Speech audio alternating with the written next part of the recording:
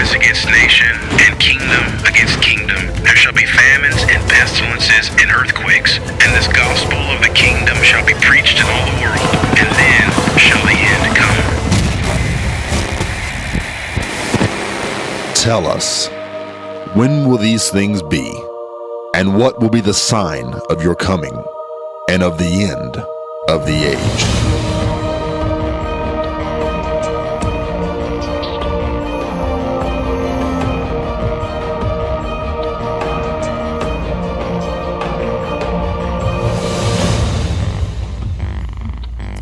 Here's today's prophecy update.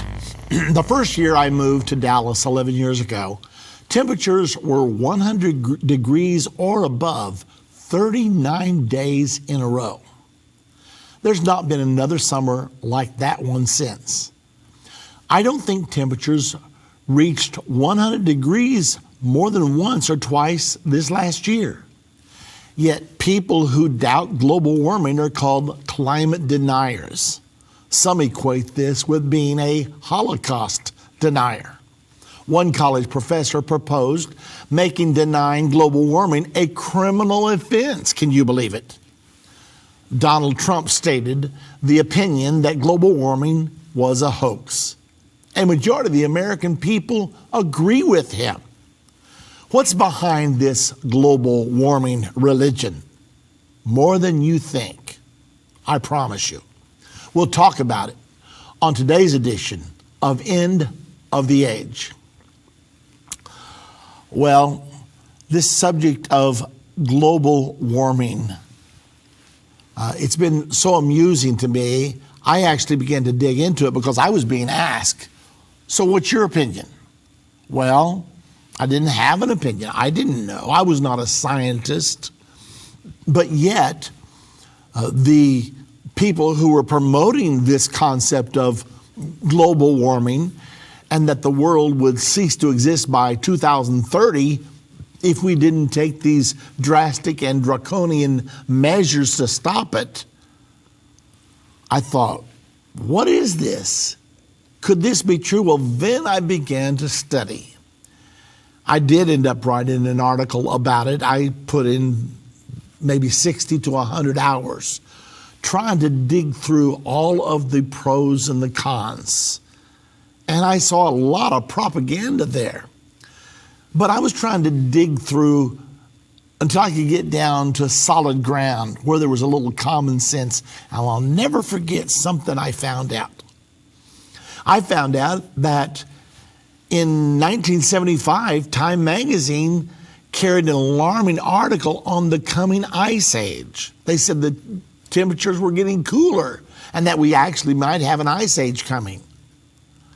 Then, as I continued to study, I found out that people have digged down in Greenland through 12 feet of ice and found farms that were being farmed 1,000 years ago. But today it's encased in 12 feet of ice. I thought, it must have been a lot warmer 1,000 years ago than it is now. Then I also read that the Vikings sailed through the northern straits. And you can't do that today. It's all frozen over. And yet, these global warming radicals are telling me that it's hotter than it's ever been, and it's getting hotter every year, and it's all being caused by an excess of carbon emissions, and that if we don't pass international laws that will limit every single person's carbon emissions. I mean, they're even saying that cows have emitted too much gas, and we've got to find a way to control that. I mean, I'm almost laughing at some of their arguments, thinking, these people have lost their minds.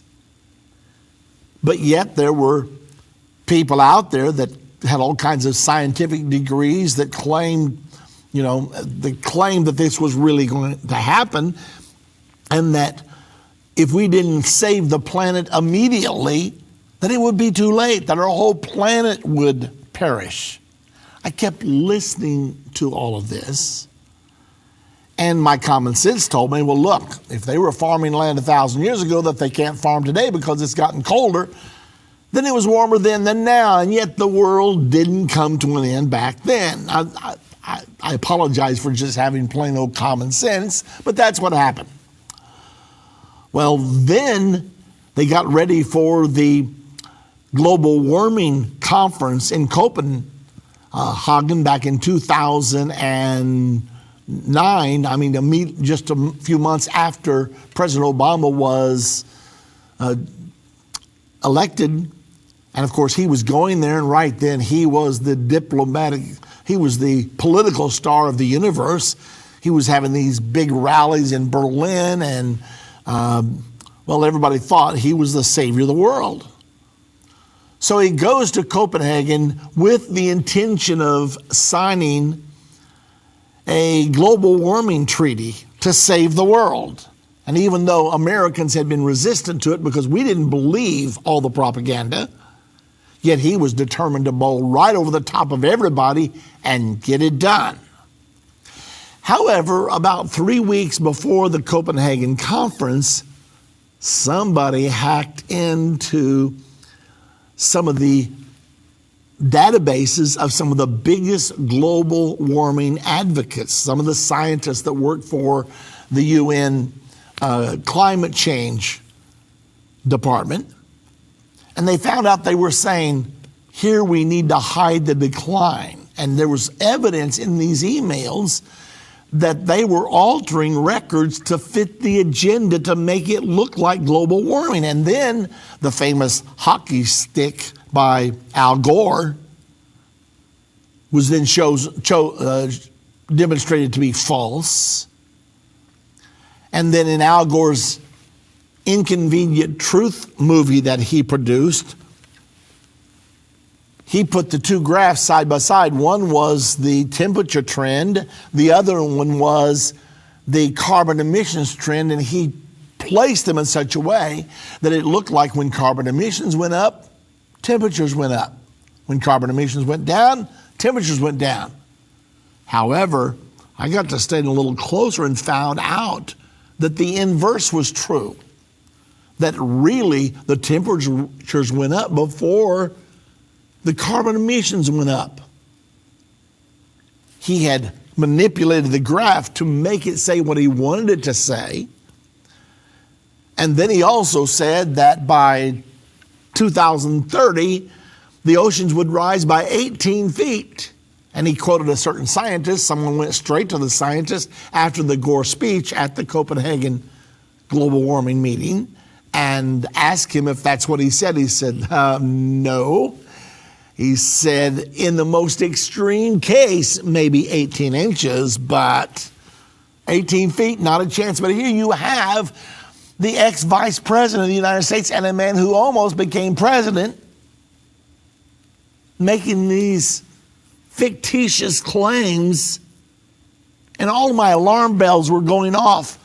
Why? Why are they doing this? What's the big deal behind it? Well, it wasn't too long till I understood that it had nothing to do with global warming. Matter of fact, it's become laughable because there's been no warming for the last 18 years, zero, nada, yet. No warming for the last 18 years. And so they've even changed the name of the cause to climate change. We're going to have a climate change conference. That's like having a clothes change conference. Sure, we're all going to change our clothes. Climate change, is it changing? Yes, it'll be different tomorrow than it is today. It'll be different the next day and the next day and the next day and the next day and the next day.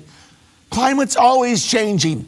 But global warming, not so much. Matter of fact, not at all over the last 18 years. So they changed to climate change, and then they used their lapdog media to sell it. You read it, climate change, climate change, climate change. Are you scared yet? Climate change, climate change. We've got to pass international laws. Climate change, climate change, climate change. But in all this, the American people kept their heads screwed on straight. The American people said, we don't believe it. And President Obama knew he could not get it through the Senate. He could not get a climate change treaty ratified. But he kept pushing, kept trying. Oh, the other thing that happened that was really funny, not only did all these emails hit, they're actually from one of the leading global warming scientists. He had written in one of his emails, "Hide the decline." And there was actually a very skilled person that made up this little cartoon carrier of people dancing, and it said, "Hide the decline, hide the decline, hide the decline." It was hilarious. Well, then we get to Copenhagen 3 weeks later. Guess what we've got?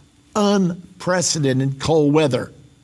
I mean, you're standing out there in 8 inches of snow, freezing, with your sign that says, "Fight global warming." And everybody went by and said, "Ha, ha, ha, look at those nuts. Look at those idiots."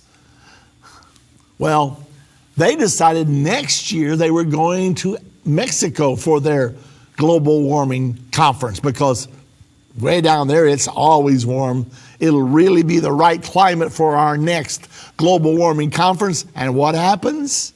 Somebody in heaven reached over and turned the thermostat down, because they had record cold temperatures. I think it was like down in the 50s, and it was supposed to be 80s or more. It was like someone was actually frustrating their purposes. Now, I'm not saying God did that. I don't know. I don't know what to say about that. All I'm saying is that this hoax has been purposely perpetrated. And I'm going to tell you why. The argument goes like this. Since climate has to do with air and water, we all have to drink the same water. We all have to breathe the same air. We all have to live with the same temperatures. Consequently, we're going to have to pass international law to control all this. So now if you have an international law under the United Nations that will regulate every business, every home, every single person.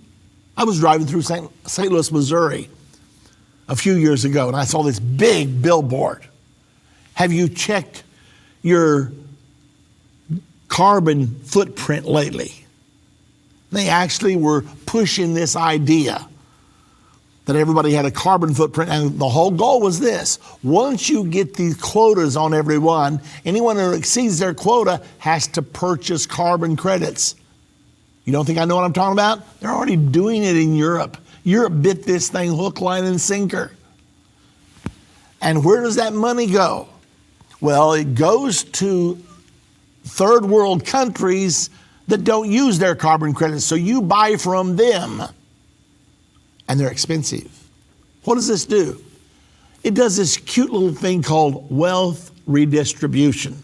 If you don't know what that means, read the Communist Manifesto by Karl Marx. You'll learn all about wealth redistribution. It is one of the main planks in the communist platform for instituting a one world communist government. And that's where it all came from. Now, because he was such an advocate of global warming, Joe the plumber asked Barack Obama when he was running for office the first time, "So do you believe in wealth redistribution?" And President Obama didn't deny it. He said, "I do believe the wealth needs to be passed around." Now, that's a neat thing to say. Everybody wants everybody to have plenty. But the truth of the matter was, he was repeating the mantra of the international socialist movement in our world. And that was his plan. So he didn't get his global warming agreement approved. However, he wasn't giving up. Finally, last year, he went to Paris and negotiated not a global warming agreement, now a climate change. Please tell me the difference. He now negotiated a climate change agreement with China and signed it, and now said it's now ratified. The United States has ratified the climate change. Nobody ratified it but Barack Obama. And he sure isn't the United States of America. We've always been against it. You say, well, why didn't he submit it like a normal treaty to the Senate? Because he knew the Senate would not ratify it.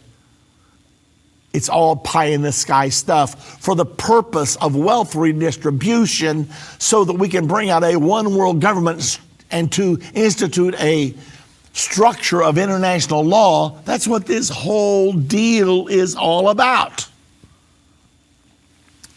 Well, the global warming scientists are shaking in their boots today. An article appeared in realclearinvestigations.com entitled Skeptical Climate Scientist Coming in from the Cold. This was published the 31st of December. In the world of climate science, the skeptics are coming in from the cold. Researchers who see global warming as something less than a planet